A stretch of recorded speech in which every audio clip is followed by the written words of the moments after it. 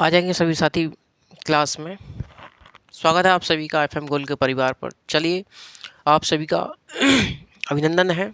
आप सभी लोग अच्छे होंगे, स्वस्थ होंगे, मस्त होंगे और आप लोगों की पढ़ाई अच्छे से चल रही होगी। तैयारी में आप अच्छे से तैयारी में लग्न होंगे। तो साथियों, ये जो क्लास है अपनी, ये क्लास उसी बैच में चल रही है जिस बैच में आप मुझसे राजनीतिक विचारक पढ़ रहे थे, जो हम लोगों को सुबह के टाइम आपको क्लास देखने को मिलती है। उसी टाइम पर हमारी क्लास कंटिन्यू चलेगी। हमारे लगभग 2 से 3 चैप्टर रह गए हैं, हम उन चैप्टरों को क्लियर करेंगे। ठीक है, उसके बाद हमारे अप्रैल से हम लोग डिजिटल बोर्ड की संभावना है कि डिजिटल बोर्ड पर अपनी क्लास होगी। तो एक खुशी की लहर है कि हमारी जो क्लास होगी वो डिजिटल बोर्ड पर हो सकती है अप्रैल से। ठीक है, तो चलिए आज के सेशन को हम स्टार्ट करते हैं। यदि पिछले सेशन की बात करी जाए तो मेरे साथी, पिछले सेशन में हम लोग कहाँ तक बात कर चुके हैं? हम लोग आदर्शवाद तक बात कर रहे थे। आदर्शवाद तो हम लोगों ने देखा था उसमें, है ना। चलिए हम थोड़ा सा आपको दोबारा पुनः बता देते हैं, तो कोई इसमें दिक्कत वाली बात नहीं है। ठीक है, हम बात कर रहे थे पिछले सेशन में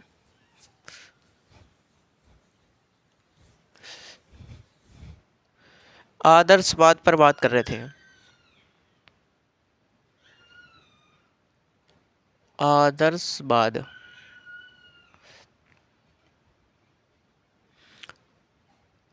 हमने आपको बताया था कि आदर्शवाद के जनक कौन है। सबसे पहले तो हम ये देख लें, आदर्शवाद के जनक कौन है। जनक कौन है? तो जनक कांट को कहा जाता है। कांट को आदर्शवाद का जनक कहा जाता है। इसका प्रेरणा स्रोत किसे कहा जाता है? तो रूसो को इसका प्रेरणा स्रोत कहा जाता है। प्रेरणा स्रोत कौन है? तो रूसो हैं। कौन है मेरे भाई? रूसो हैं। क्या होता है आदर्शवाद? मैंने आपको बताया था पिछले सेशन में कि आदर्शवाद क्या होता है कि कोई ऐसी विचारधारा जो केवल विचारों में ही है, व्यवहार से उसका कोई मतलब नहीं है, निजी जीवन से उसका कोई मतलब नहीं है।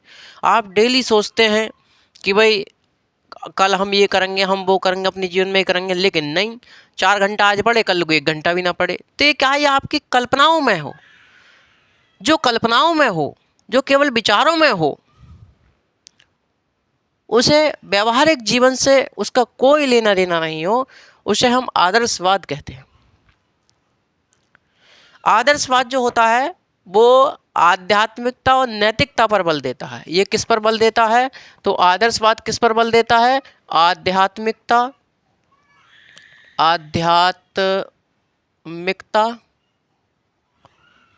और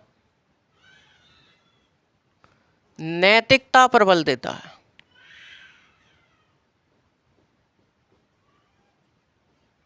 तो आध्यात्मिकता और नैतिकता पर बल कौन देता है? तो आदर्शवाद देता है। यानी कि जो केवल विचारों में हो, कल्पनाओं में हो, उसका निजी जीवन से कोई लेना देना नहीं हो, उसे हम क्या बोलेंगे? आदर्शवाद बोलेंगे। ठीक है,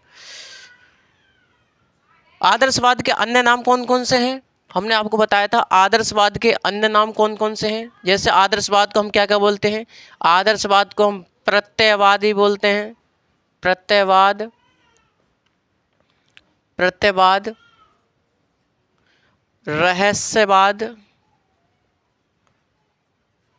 रहस्यवाद भी बोलते हैं हम इसे।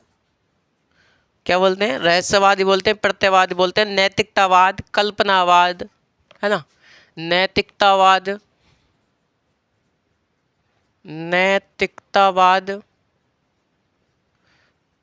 कल्पनावाद, ये सभी इसके अन्य नाम हैं, है ना। तो ये सभी इसके अन्य नाम हैं। तो साथियों, ये जो आदर्शवाद होता है, आदर्शवाद की यदि बात करी जाए तो आदर्शवादी जितने विचारक होते हैं, जो भी आदर्शवाद के समर्थक हैं वो सब क्या मानते हैं, वो सब सावयवी संबंध में विश्वास करते हैं। किस संबंध में विश्वास करते हैं? सावयवीय संबंध में विश्वास करते हैं। सावयवीय संबंध, सावयवी संबंध में विश्वास करते हैं। सावयवी संबंध का मतलब होता है अंगी और अंग का संबंध। किसका अंग, किसका संबंध? अंगी और अंग का संबंध। अंगी का मतलब होता है संपूर्ण और अंग का मतलब होता है अंश। यानी कि जो आदर्शवादी विचारक होते हैं वो राज्य को क्या मानते हैं? राज्य को मेरे साथी संपूर्ण मानते हैं।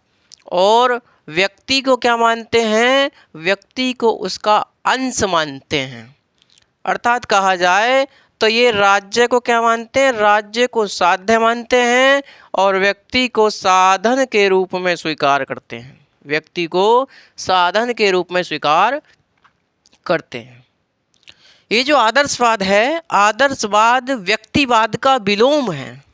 व्यक्तिवाद का क्या है? विलोम है। यानी कि व्यक्तिवाद की प्रतिक्रिया स्वरूप आदर्शवाद अस्तित्व में आया। ये क्या है आदर्शवाद? आदर्शवाद क्या है मेरे साथी? आदर्शवाद व्यक्तिवाद का क्या है? व्यक्तिवाद का विलोम है। व्यक्तिवाद का विलोम है यानी उल्टा है। व्यक्तिवाद में क्या होता है? व्यक्तिवाद में जो व्यक्ति होता है, जो व्यक्ति होता है वो साध्य माना जाता है और जो राज्य होता है उसे ये लोग साधन के रूप में मानते हैं। ये लोग साधन के रूप में मानते हैं। मेरी बात आपको क्लियर समझ में आई कि भाई आदर्शवादी जो होते हैं, आदर्शवादी विचारक सावयवी संबंध में विश्वास करते हैं। सावयवी संबंध का मतलब है अंगी और अंग का संबंध। अंगी का मतलब होता है संपूर्ण और अंग का मतलब होता है अंश। यानी कि ये लोग राज्य को एक संपूर्ण मानते हैं, संपूर्ण का मतलब है साध्य मानते हैं, और व्यक्ति को ये साधन के रूप में मानते हैं, यानी कि इसका अंश मानते हैं, व्यक्ति को राज्य का अंश। वहीं आदर्शवाद जो आया वो व्यक्तिवाद का विलोम है, यानी व्यक्तिवाद की प्रतिक्रिया स्वरूप अस्तित्व में आया। और ये व्यक्ति को क्या मानता है? व्यक्तिवाद साध्य के रूप में मानता है, बल साध्य मतलब संपूर्ण मानता है, और राज्य को किसके रूप में? साधन के रूप में मानता है। यानी कि यहाँ पर व्यक्ति को प्राथमिकता दी गई है और आदर्शवाद में राज्य को प्राथमिकता दी गई है। इतनी बात क्लियर आपको समझ में आई होगी। मैंने आपको बताया था कि ये जो आदर्शवाद होता है, आदर्शवाद दो प्रकार का होता है। कितने प्रकार का होता है? दो प्रकार का होता है। एक होता है जर्मन आदर्शवाद, एक होता है मेरे साथी ब्रिटिश आदर्शवाद। ये आदर्शवाद कितने प्रकार का होता है? आदर्शवाद जो होता है मेरे साथी, ये जो आदर्शवाद है, आदर्शवाद जो है, आदर्शवाद दो प्रकार का है। कितने प्रकार का है? दो प्रकार का है। पहला कौन सा है? पहला है जर्मन आदर्शवाद, जर्मन आदर्शवाद, ठीक। एक दूसरा है हमारा ब्रिटिश आदर्शवाद, ब्रिटिश आदर्शवाद। तो एक होता है हमारा जर्मन आदर्शवाद और दूसरा अपना होता है ब्रिटिश आदर्शवाद, ठीक है। ये जो अपना जर्मन आदर्शवाद है, इसको लाने वाले कौन थे? तो कौन लेकर के आए इसको? इसको कांट लेकर के आए थे। कौन लेकर के आए थे? कांट इसको लेकर के आए थे। लेकिन इसको आगे किसने बढ़ाया? आगे इसने बढ़ाया, इसको आगे बढ़ाया फिक्टे ने। किसने बढ़ाया? फिक्टे ने इसे आगे बढ़ाया और इसे हीगल ने, हीगल ने इसे चरम सीमा पर पहुंचाया, चरम सीमा पर पहुंचाया। किसने? हीगल ने इसको। तो हीगल के जितने भी विचार हैं उसको हम चरम यानी कि मुख्य प्रत्ययवाद के रूप में भी जानते हैं। हीगल के विचारों को भी, हीगल के विचारों को प्रत्ययवाद के रूप में जानते हैं, क्योंकि इन्होंने आदर्शवाद को चरम सीमा पर पहुंचाया। किसने? हीगल ने। तो जर्मन आदर्शवाद को लाने वाले कौन थे? तो कांट थे। आगे इसे किसने बढ़ाया? तो फिक्टे ने बढ़ाया। चरम सीमा पर इसे किसने पहुंचाया? तो हीगल ने पहुंचाया, ठीक है भैया। ये जो कांट हैं, कांट के विचारों में हम लोगों को आदर्शवाद प्लस व्यक्तिवाद का मिश्रण दिखाई देता है। किसके विचारों में? ये जो कांट हैं, कांट के विचारों में हमें क्या दिखाई देता है? कांट के विचारों में हमको आदर्शवाद, आदर्शवाद प्लस व्यक्तिवाद, प्लस व्यक्तिवाद का क्या दिखाई देता है? मिश्रण दिखाई देता है। ठीक है।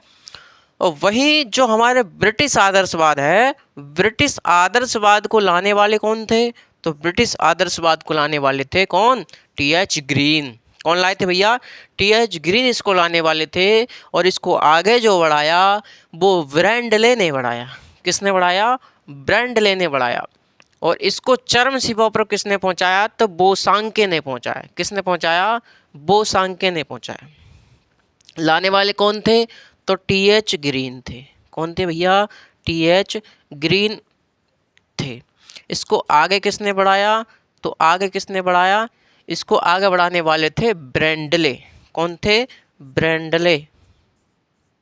ब्रैंडले। इसको आगे बढ़ाने वाले कौन थे? तो ब्रैंडले ने इसे आगे बढ़ाया। चरम सीमा पर किसने पहुंचाया? तो बोसांके ने चरम सीमा पर पहुंचाया। किसने भैया? बोसांके।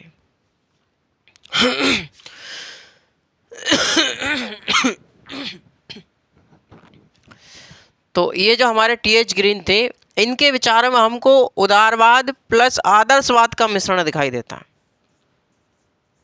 उदारवाद प्लस आदर्शवाद,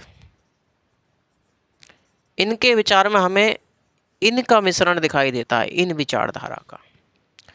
तो मैंने आपको बताया कि जो आदर्शवाद होता है मेरे साथी, वो दो प्रकार का होता है। कौन कौन सा? एक होता है जर्मन आदर्शवाद, दूसरा होता है ब्रिटिश आदर्शवाद। आदर्शवाद को यानी कि जो जर्मन आदर्शवाद है, जर्मन आदर्शवाद को लाने वाले कौन थे?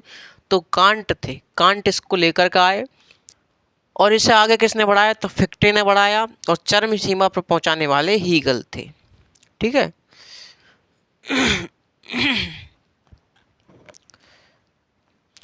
और दूसरे अपने थे ब्रिटिश आदर्शवाद। ब्रिटिश आदर्शवाद को लाने वाले कौन थे? तो टी.एच. ग्रीन थे। ब्रैंडले ने इसे आगे बढ़ाया और बोसांके ने इसे आगे इनके पहुंचाया चरम सीमा पर। टी.एच. ग्रीन के विचारधारा में उदारवाद प्लस आदर्शवाद का मिश्रण दिखाई देता है। वहीं कांट की विचारधारा में आदर्शवाद प्लस व्यक्तिवाद का मिश्रण दिखाई देता है। ये जो चर्चा थी हमारी मेरे साथी, ये पिछली कक्षा में हो चुकी थी हमारी, पिछली कक्षा में हो चुकी थी। आज हम लोग देखेंगे कौन सा? कांट ही देख ले रहे हैं। सबसे पहले हम लोग देखेंगे कांट। देखिए साथियों, टीजीटी वगैरह में ये आपके सिलेबस में नहीं मिलता, लेकिन पीजीटी में और यूजीसी में आपको पूछ सकता है, या इस लेक्चरार में पूछ लेता है, एलटी ग्रेड में पूछ लेता है। तो छोटा सा पार्ट है हमारा कांट। उसके बाद टी.एच. ग्रीन भी ज़्यादा बड़ा नहीं है। ऐसे हम 2-3 चैप्टर हमारे एक्स्ट्रा हैं। लेकिन टीजीटी की बात करी जाए तो सीधा कार्ल मार्क्स है, कोई है ही नहीं, लेकिन सवाल पूछ लेता है। तो इसलिए जब सवाल पूछ लेता है तो हम लोग देखते हुए चलेंगे ध्यानपूर्वक। चलिए, टॉपिक डाल दीजिए आप लोग, कांट। कांट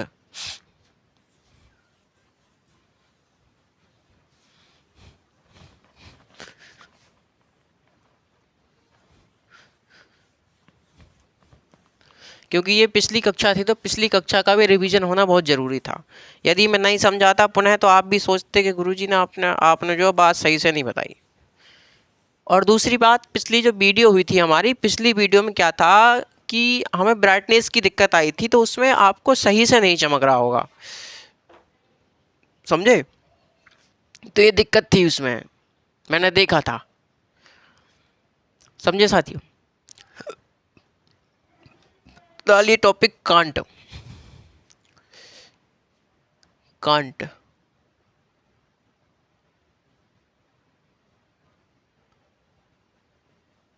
कांट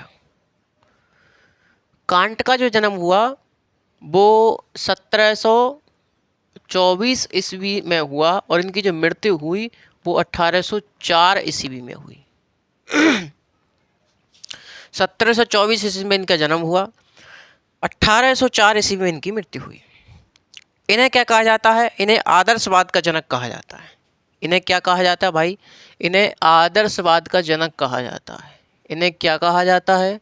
इन्हें आदर्शवाद का जनक कहा जाता है। जनक। तो ये कौन है? ये आदर्शवाद के जनक हैं। अब बात करते हैं इनकी। तो जो कांट थे, कांट पहले ऐसे विचारक थे जिन्होंने राजनीति में नैतिकता का समावेश किया और ये नैतिक राजनीतिक विज्ञान के जनक कहलाए। मैंने आपको बताया कि कांट पहले ऐसे विचारक थे जिन्होंने राजनीति में नैतिकता का समावेश किया और नैतिक राजनीतिक विज्ञान के जनक कहलाए। जैसे हमने पहले ही पिछली कक्षा में आपको बताया कि दार्शनिक राजनीतिक विज्ञान के जनक जो थे वो प्लेटो थे, वहीं राजनीतिक विज्ञान के जो जनक थे वो अरस्तु थे, लेकिन नैतिक राजनीतिक विज्ञान के जो जनक हैं वो कांट हैं। बात आपको क्लियर समझ में आई? तो नैतिक राजनीतिक विज्ञान के जनक कौन है? तो कांट हैं, कोई दिक्कत नहीं। कांट जो थे, कांट ने व्यक्ति और राज्य के बीच में कोई अंतर नहीं माना। कांट ने व्यक्ति और राज्य के बीच कोई भी अंतर नहीं माना। इन्होंने व्यक्ति और राज्य को समान महत्व दिया। व्यक्ति और राज्य के बीच में कोई अंतर नहीं माना और इन दोनों को समान महत्व देने वाले कौन थे? तो कांट ही थे। कांट ने बाह्य स्वतंत्रता की अपेक्षा आंतरिक स्वतंत्रता पर अधिक बल दिया था। किस पर? बाह्य स्वतंत्रता की अपेक्षा आंतरिक स्वतंत्रता मतलब नैतिक स्वतंत्रता पर अधिक बल दिया। बाह्य स्वतंत्रता जो हम क्या कर रहे हैं, जो हम भौतिक जगत में कार्य कर रहे हैं, उसकी अपेक्षा उन्होंने आंतरिक स्वतंत्रता पर बल दिया। जो नैतिक हमारी जो स्वतंत्रता है उस पर उन्होंने ज़्यादा बल दिया। कांट ने अनुभववाद और बुद्धिवाद पर सर्वाधिक बल दिया। अनुभववाद, अनुभव मतलब करके सीखना किसी चीज को, और बुद्धिवाद पर उन्होंने अधिक बल दिया। किसने? कांट ने। ठीक है साथी, बात क्लियर है आपको? मैंने आपको बताया कि जो कांट थे, कांट ने व्यक्ति और राज्य में कोई अंतर नहीं माना और व्यक्ति और राज्य को समान महत्व दिया। कांट ने बाह्य स्वतंत्रता की अपेक्षा आंतरिक स्वतंत्रता को अधिक बल दिया। बाह्य स्वतंत्रता की अपेक्षा आंतरिक स्वतंत्रता को अधिक बल दिया। कांट ने अनुभववाद और बुद्धिवाद पर अधिक बल दिया। किसने? कांट ने। तो कांट ने इन सभी बातों को कहा। कांट जो थे, इन्होंने समीक्षावाद और विज्ञानवाद को जन्म दिया। किसको जन्म दिया कांट ने? कांट ने समीक्षावाद और अनुभववाद यानी कि या फिर विज्ञानवाद। तो कांट जो थे, कांट ने समीक्षावाद और विज्ञानवाद को जन्म दिया। कांट ने परमार्थ पर भी बल दिया। जो परमार्थ की भावना होती है उस पर भी बल दिया। किसने? कांट ने। कांट का एक प्रसिद्ध कथन है कि कर्तव्य कर्तव्यों के लिए है। कर्तव्य कर्तव्यों के लिए है, यानी कि जो आपका कर्तव्य है वो कर्तव्यों के लिए है। जो आपका कर्तव्य है वो कर्तव्य करने के लिए है। कौन कहते हैं? तो कांट कहते हैं। कांट की तो प्रसिद्ध पुस्तक है सॉरी। तो कांट की कितनी पुस्तक हैं? 2 प्रसिद्ध पुस्तक हैं। जैसे एक पुस्तक है शुद्ध बुद्ध की मीमांसा। शुद्ध बुद्ध की मीमांसा, the critique of pure reason. The critique of pure reason. एक है प्रयोगात्मक बुद्धि की मीमांसा, the critique of practical reason. ये दोनों किसकी पुस्तक हैं? तो कांट की पुस्तक मानी जाती है। कांट का एक और प्रसिद्ध कथन है। कांट कहते हैं कि जो व्यक्ति अपनी निम्न प्रवृत्तियों को बस में करने में असक्षम है, जो व्यक्ति अपनी निम्न प्रवृत्तियों को बस में करने में असक्षम है, वह स्वतंत्र नहीं वरन गुलाम है।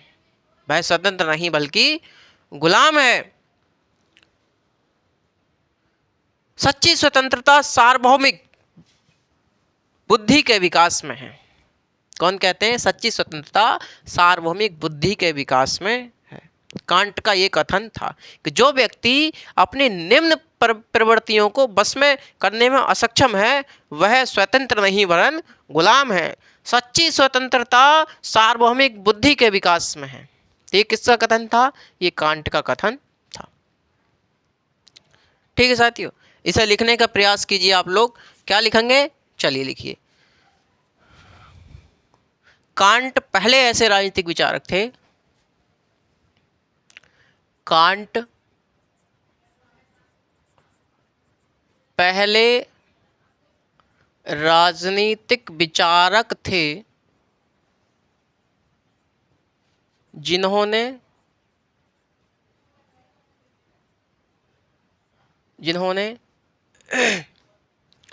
राजनीति में नैतिकता का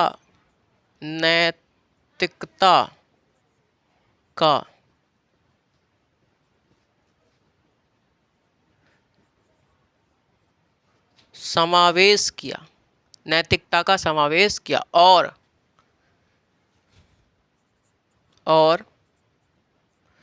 नैतिक राजनीतिक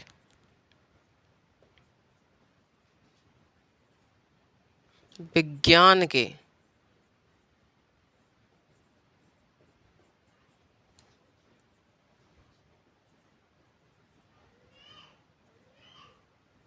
जनक कहलाए और नैतिक राजनीतिक विज्ञान के जनक कहलाए। तो आपसे क्वेश्चन पूछा जाए कि नैतिक राजनीतिक विज्ञान के जनक कौन हैं, तो कौन है? तो कांट को नैतिक राजनीतिक विज्ञान का जनक कहा जाता है।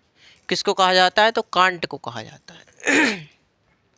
आगे लिखेंगे, कांट ने व्यक्ति और राज्य के बीच कोई अंतर नहीं माना।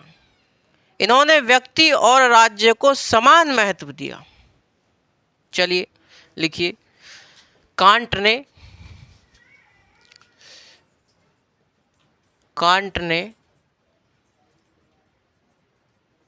व्यक्ति और राज्य के बीच कोई अंतर नहीं माना।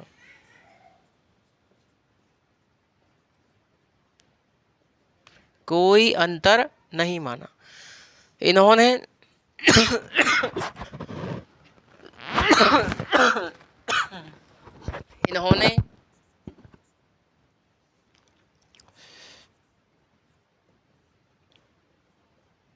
राज्य और व्यक्ति को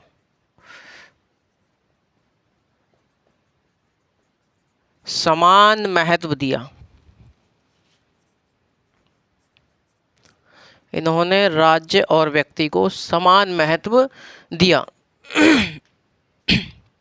इतनी बात आपको क्लियर समझ में आई होगी। कांट ने बाह्य स्वतंत्रता की अपेक्षा आंतरिक स्वतंत्रता पर अधिक बल दिया।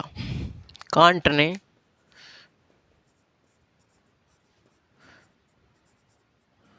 बाह्य स्वतंत्रता की अपेक्षा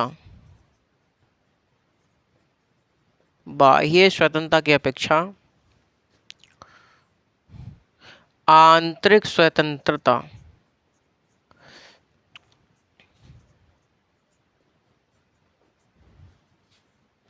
पर अधिक बल दिया।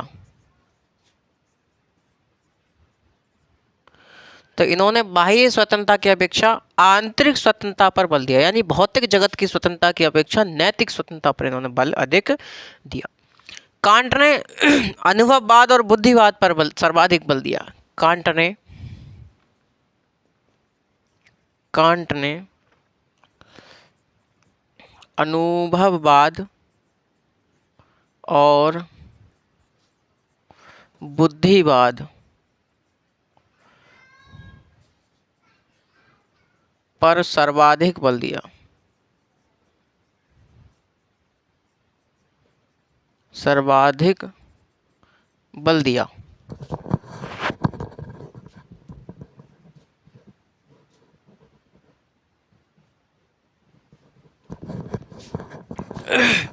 साथियों थोड़ी तबीयत नाराज है। ऐसा होता है कि अभी सर्दी गई नहीं है, तो कभी कभी सर्दी लग जाती है ना, ठंड का माहौल चल रहा है तो हो जाता है कभी कभी।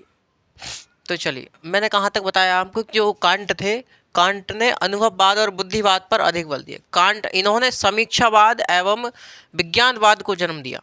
लिखिए, इन्होंने इन्होंने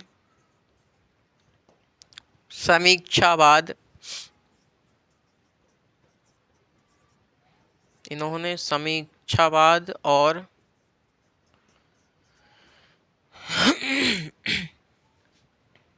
समीक्षावाद और समीक्षावाद और विज्ञानवाद को जन्म दिया। विज्ञानवाद को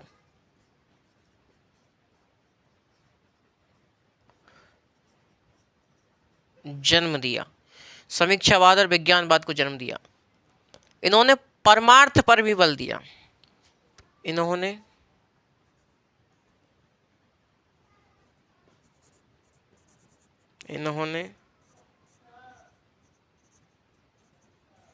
परमार्थ पर भी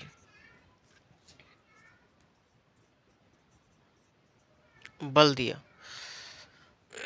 इन्होंने किस पर बल दिया? परमार्थ पर भी बल दिया।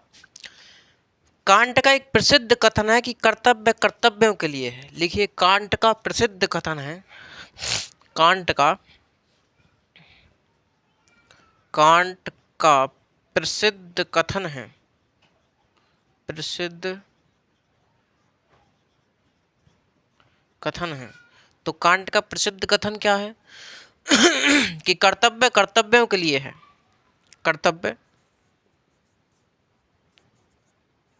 कर्तव्यों के लिए है।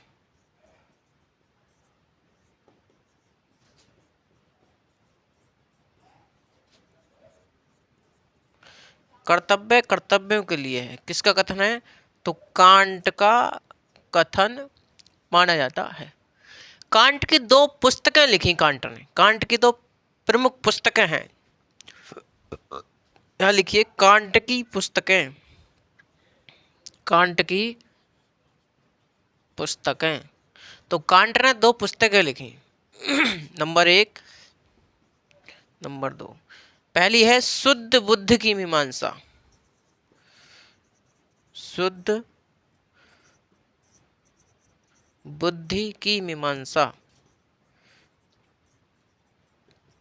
शुद्ध बुद्धि की मीमांसा। The critique of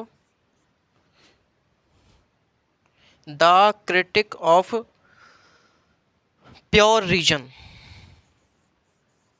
pure reason. The critique of pure reason.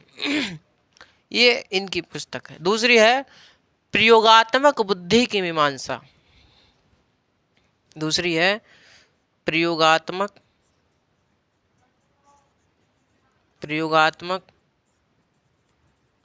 बुद्धि की मीमांसा। प्रयोगात्मक बुद्धि की मीमांसा। The critique of practical reason. The critique of practical reason. The critique of practical reason. The critique of practical reason. ये किसकी पुस्तक है? ये भी कांट की पुस्तक है। कांट का एक प्रसिद्ध कथन है साथियों। कांट कहते हैं कि जो व्यक्ति अपनी निम्न प्रवृत्तियों को बस में करने में अक्षम है, वह स्वतंत्र नहीं वरन गुलाम है। सच्ची स्वतंत्रता सार्वभौमिक बुद्धि के विकास में है। सच्ची स्वतंत्रता कहाँ है? सार्वभौमिक बुद्धि के विकास में है। तो आप लोग लिख लीजिएगा, मैं बोल रहा हूं, ठीक है। लिखिए, कांट का प्रसिद्ध कथन है। कांट का प्रसिद्ध कथन है। क्या प्रसिद्ध कथन है? लिखिए, लिखिए, जो व्यक्ति अपनी निम्न प्रवृत्तियों को बस में करने में असक्षम है,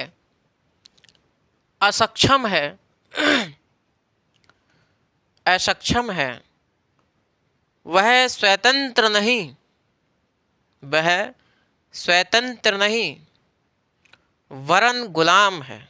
वरन लिख लें या फिर बल्कि लिख लें, जैसे हम लिखते हैं ना वरन, हलंत लगा के, ना के नीचे हलंत लगा के, वरन वह स्वतंत्र नहीं वरन गुलाम है। आगे लिखिए, सच्ची स्वतंत्रता सार्वभौमिक बुद्धि के विकास में है। सच्ची स्वतंत्रता सार्वभौमिक बुद्धि के विकास में है। इन्वर्टेड कोमा में बंद कर दीजिए। समझे साथियों मेरी बात आप? तो ये जो बात थी हमारी कांट पर थी, थोड़ी सी बात। कल हम लोग टी.एच. ग्रीन देखेंगे, उसके बाद हम लोग हीगल देख लेंगे। ठीक है, तो पढ़ते रहिए। तो आज की यदि कांट की बात करूं तो कांट के बारे में जो मैंने आपको बताया है, कांट पहले ऐसे राजनीतिक विचारक थे जिन्होंने राजनीति में नैतिकता का समावेश किया और नैतिक राजनीति विज्ञान के जनक कहलाए। कांट ने व्यक्ति और राज्य के मध्य यानी व्यक्ति और राज्य के बीच कोई अंतर नहीं माना। इन्होंने व्यक्ति और राज्य को समान महत्व देने का प्रयास किया। इन्होंने बाह्य स्वतंत्रता की अपेक्षा आंतरिक स्वतंत्रता पर अत्यधिक बल दिया। इन्होंने बुद्धिवाद और अनुभववाद पर भी बल दिया। कांट ने समीक्षावाद और विज्ञानवाद को जन्म दिया। इन्होंने परमार्थ पर सर्वाधिक बल दिया। कांट का एक प्रसिद्ध कथन है कि कर्तव्य कर्तव्यों के लिए है। इनकी दो प्रसिद्ध पुस्तक हैं, कौन कौन सी? शुद्ध बुद्धि की मीमांसा और प्रयोगात्मक बुद्धि की मीमांसा, यानी कि the critique of pure reason, और दूसरी कौन सी है? The critique of practical reason. तो ये इनकी दोनों पुस्तक हैं। कांट का एक और प्रसिद्ध कथन है कि जो व्यक्ति अपनी निम्न प्रवृत्तियों को बस में करने में सक्षम है वह स्वतंत्र नहीं बल्कि गुलाम है। सच्ची स्वतंत्रता सार्वभौमिक बुद्धि के विकास में है। तो ये सभी विचार किसके थे? तो कांट के थे। देखिए ज़्यादा हमें पढ़ना नहीं है इसमें, क्योंकि ज़्यादा क्वेश्चन नहीं पूछता है। ठीक है, कार्ल मार्क्स से अच्छे क्वेश्चन पूछता है तो उसमें हम लोग अच्छे से पढ़ेंगे। ठीक है साथियों, तो आज के लिए बस इतना ही। मिलते हैं अपने राजनीतिक सिद्धांत वाली क्लास में। तो आप लोग जो भी नोट्स बना रहे थे उसको आप कंटिन्यू करें, हम आपके साथ हैं। कुछ समय बाद आपको डिजिटल बोर्ड पे हम पढ़ाएंगे, क्योंकि इसमें रिवीजन अच्छे से हो जाएगा आपका। आप पढ़ते रहिए, रिवीजन करते रहिए। उसके बाद हम लोग क्वेश्चन शीट भी कराएंगे। जब डिजिटल बोर्ड आ जाएगा तो क्वेश्चन शीट कराएंगे बेहतरीन से। ठीक है साथियों, चलिए आज के लिए बस इतना ही। जितने भी साथी जुड़े हुए हैं उनके लिए बहुत बहुत धन्यवाद, और FM गोल्ड परिवार सदैव आपके साथ है। नमस्कार, जय हिंद, वंदे मातरम।